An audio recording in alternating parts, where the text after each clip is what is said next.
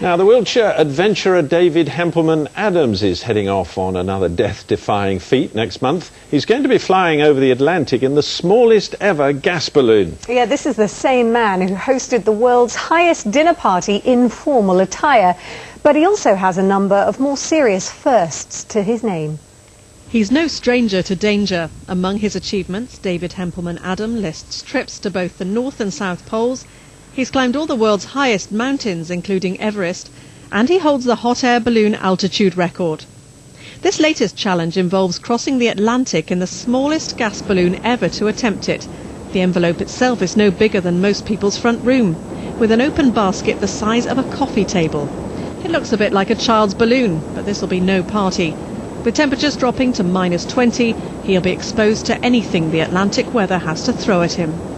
But he's ballooned across the Atlantic before, the first man to do it in an open basket, so I suppose he knows what he's letting himself in for.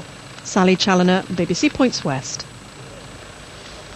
And we're very lucky to be able to talk to David now. He's in our studio in London. Good evening to you. Now, you've crossed the Atlantic in a balloon before. You know what to expect. What's the worst thing about a trip like this, especially in such a tiny balloon? Well, the last flight was in a much bigger balloon. That was something like 90,000 cubic feet. This is a really, really small balloon, 37,000. And to put it into context, you could actually fly this balloon in Branson's balloon when he tried the Atlantic. So it's very, very small. So I will be at much lower levels in some of the weather. And because it's a wicker basket open to the weather, you know, you can actually get anything, really. Blown away. Where are you going to sleep in such a tiny balloon? Because you do have a very special answer to that one, really, don't you? Well, it's so small. There's a little cat flap that opens up on the side, so I can actually put my legs out and so I can stretch out. But and catnapping is really the operative word, because you only get probably an hour at a time at the most. So if I can get 2 or 3 hours sleep in one day, I'll be lucky. Aren't you something of a somnambulist, actually? Didn't you once nearly climb out of a balloon half asleep?